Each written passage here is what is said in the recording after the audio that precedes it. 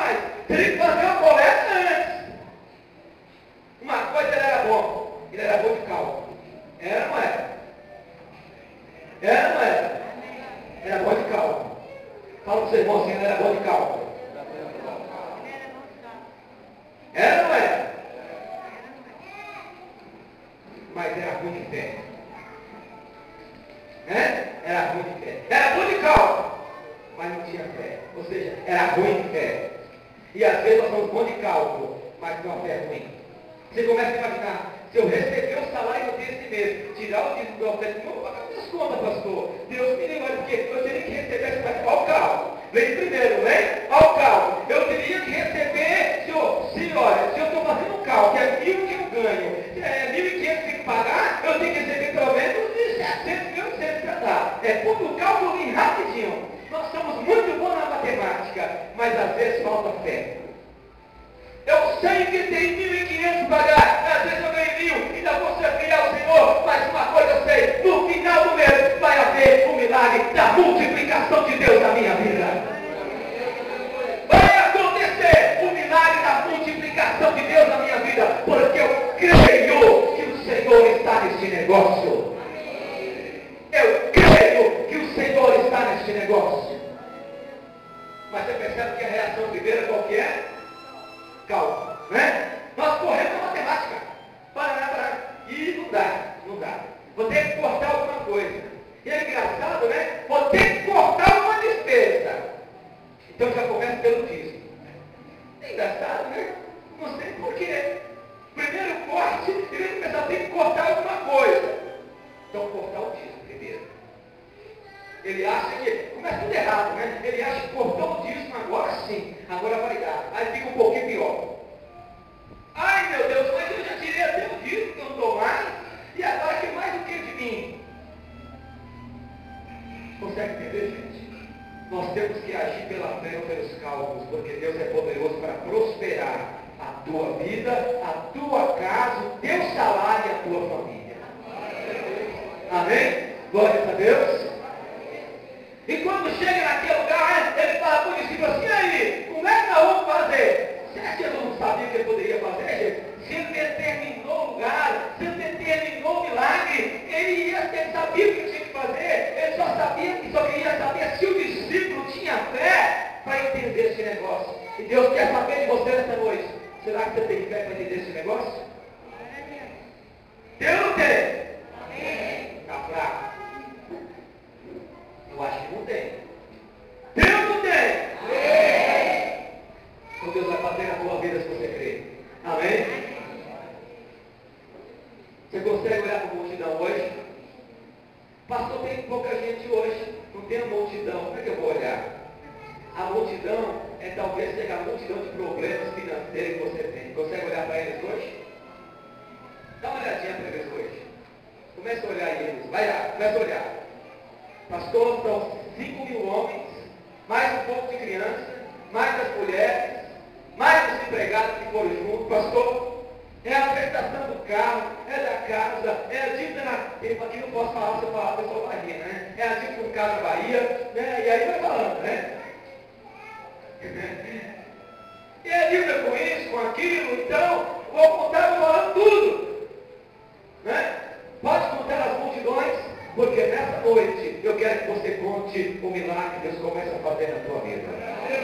Amém? Não olhe para o cálculo, não olhe para esse cálculo, mas olhe agora para a mão de Jesus que começa a operar na tua vida. Ele pergunta assim, como é que vai ser? O que vai acontecer? Eu disse, posso esperar, Senhor. Como é que nós vamos fazer? Pastor, como é que eu vou fazer o final de ano? Eu estou apertado, pastor. A coisa está sem em casa. Eu não sei se até lá em casa Pedro nem vai morrer. Nem franguinho vai morrer esse ano, pastor. O negócio está feio. Né? Só se suicidar, pastor, porque de mim não tem como matar um franguinho esse ano. Né? Porque não tem jeito, pastor. O negócio está feio mesmo. A coisa está presa lá em casa. Não sei como é que vai terminar esse ano. Eu digo para você, o Senhor fala para você, o teu ano vai terminar com a bênção de Deus na tua vida. Teu ano vai terminar com a bênção de Deus na tua casa. O Senhor fala para você, não se preocupe, porque vai ser liberado esse dinheiro na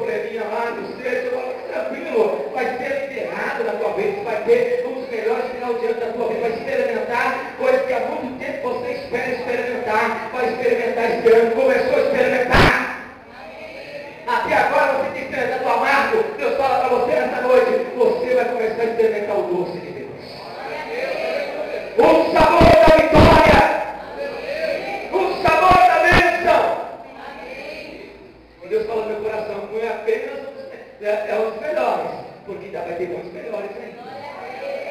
Ainda vai ter muitos. Você apenas começou a experimentar a bênção de Deus na tua vida. E ele chega e fala assim, olha, cadê os pães? Como é que vai ser? E ficar todo mundo olhando para cara do outro assim, agora? Olhando para cara do outro assim, agora? Como é que vai ser? E eu ficou perguntando para o outro assim, aí, como é que vai funcionar? Aí alguém lembrou e falou assim, olha, rapaz, eu vi uma criança passando aí com a sacolinha. Até deu um toque de dinheiro, conversei com ele que dá um pedacinho para mim. Ele tinha uma sacolinha com alguns pãezinhos, uns peixinhos, mas isso aí não dá para nada. Ele foi prevenido e trouxe um lanchinho para ele. Né? Você vê aquelas pessoas que vai até na cidade, ela prepara um lanchinho, ela é prevenida, né? Ela vai para a cidade e prepara um lanchinho. Mas você vai na cidade, só não está de volta, não vou preparar um lanchinho, vai que acontece alguma coisa. Né? Você já viu isso? Qualquer lugar que vai, a primeira coisa que ela pensa, vou fazer um lanchinho para levar. Né? E fala que é um lanchinho prevenido, né? Tem gente que é prevenido, não tem? Aí é aquela pessoa que não previne nunca, né? Vai ficar o dia inteiro na cidade, tem um centavo e não leva nada, né? Fica tranquilo. Aí chega lá, só fica o dia inteiro tomando água. Tem esse também. Tem ou não tem? Tem esse também. Mas esse rapazinho, o único meio da multidão, ele subiu para ouvir Jesus e foi prevenido. Sabe por quê? Ele falou assim, eu não estou preocupado, pode demorar, mas se Jesus está falando, eu quero ouvir. Amém? Eu estou preparado. Se ficar o dia inteiro, até levo o meu lanche, porque se ficar o dia inteiro, eu estou disposto a ouvir Jesus falar. Amém? O milagre começa por quem? Pelo discípulo? Porque levou o lanchinho. Sabe por quê? Quem levou o lanchinho estava preparado, disposto a ouvir Jesus dia e noite, se fosse necessário. Amém? Eu estou preocupado não. E após meu lanche, vou ouvir Jesus a noite inteira, se for necessário. O discípulo falou, olha, tem um menino aí que trouxe uns pãezinhos aí. Trouxe uns pãezinhos e trouxe aí uns peixinhos. Mas também tem que ir para mais 10 mil pessoas. Os pãezinhos não dá para nada, os peixinhos não dá para nada perante essa multidão. O Senhor, traz aqui então. Irmãos, às vezes tem coisas tão pequenas em nossa vida que nós desprezamos. Deus não tem. Coisas tão pequenas que nós desprezamos. De repente Deus pode começar um milagre com essas coisas pequenas. Amém? Deus pode começar um milagre com essas coisas pequenas. Eu conheço pessoas que largou emprego em certos lugares, porque achavam que era muito pequeno para eles.